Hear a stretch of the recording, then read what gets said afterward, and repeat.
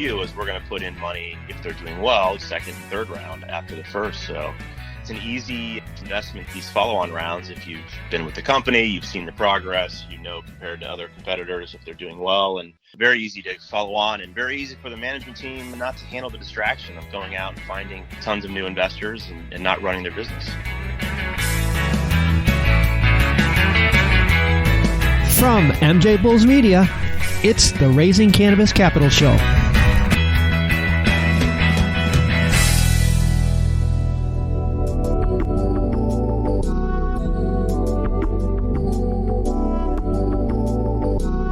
Today on Raising Cannabis Capital, we are continuing this month's Cannabis Investor Spotlight Series with Steve Schuman, the founder and managing director of Halley Venture Partners. Steve, welcome back to the show.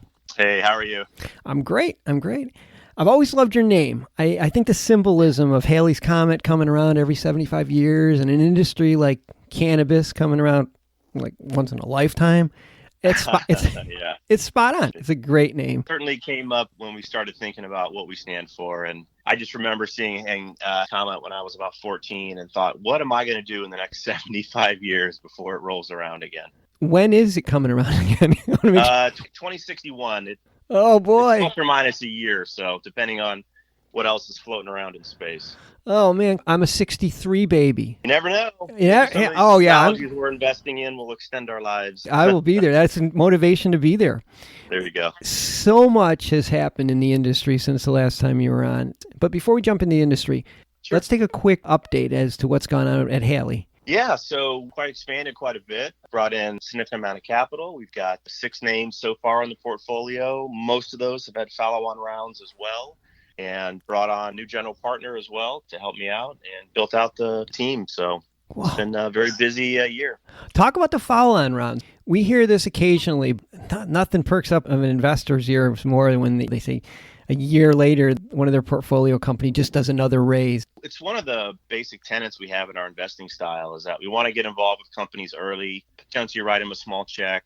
They are a little frustrated because we do a lot of due diligence for an early stage deal. But the long view is we're going to put in money if they're doing well, second and third round after the first. So it's an easy investment, these follow-on rounds. If you've been with the company, you've seen the progress, compared to other competitors if they're doing well, and very easy to follow on and very easy for the management team not to handle the distraction of going out and finding tons of new investors and not running their business.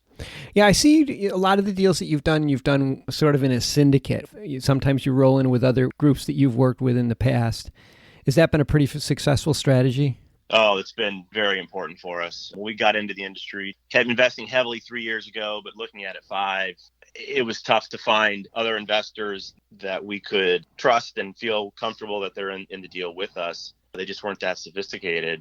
Now we've got some great other funds out there that we work with really well. We share our due diligence, and it's typically not official syndicates, but sort of club of 4 or 5 of us that tend to invest together. Greatly helps the process. You're going to get good people on the board and push the company forward as opposed to backwards. Well, and also it helps with those next rounds.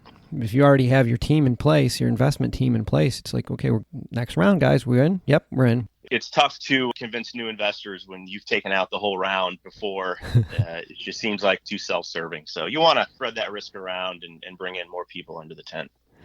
Yeah. So recent investments, what are some of the companies that you've recently jumped on? Yeah, we've done most of our investments upstream so far. So a lot of ag tech, laboratory technologies, and we're kind of finishing that out. Our last new investment was Willow Industries. They use ozone, which is basically oxygen, to decontaminate and clean up flower. So they've been extremely successful. They're out there in most of the big grows these days and adding more every day. They can't build enough machines.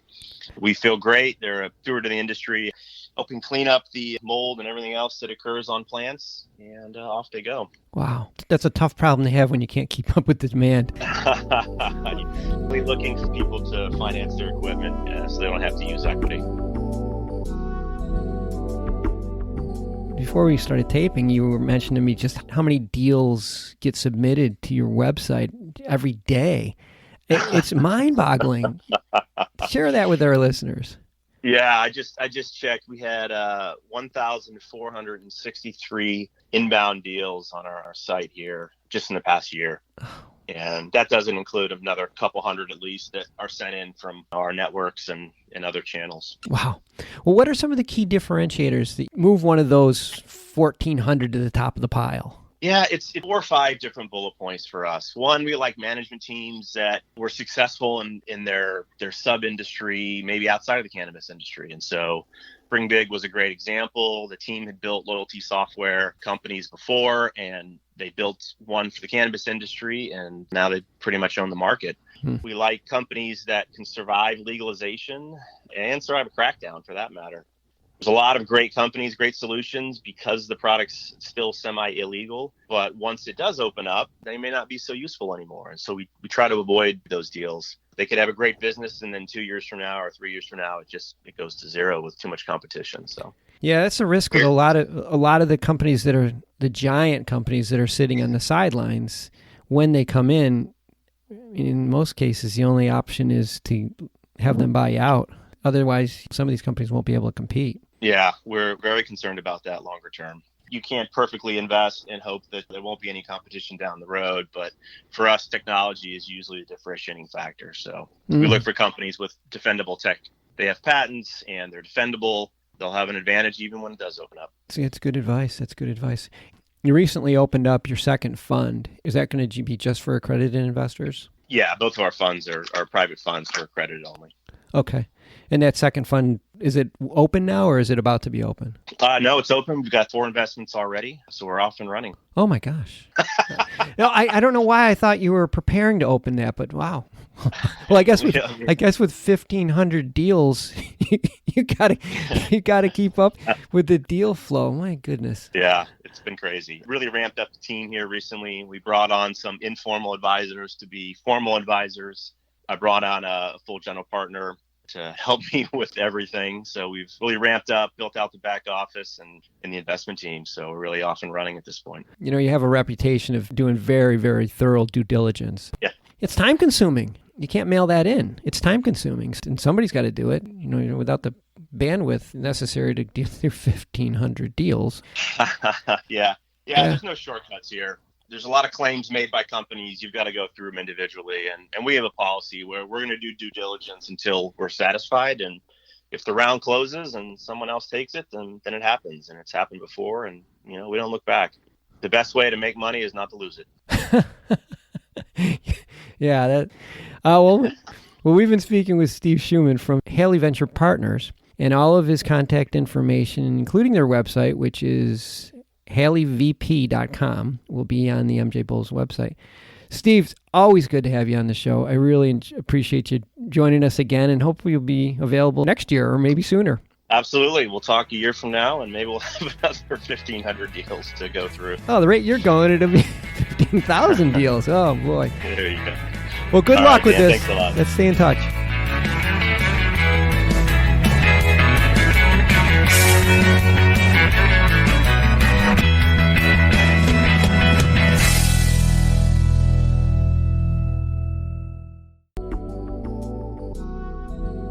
Today's show was made possible by the generous support of our sponsors, like Alt36, the country's premier blockchain payment processing platform that's providing dispensaries and its customers with a safe and secure payment option other than cash. To learn more, go to alt36.com.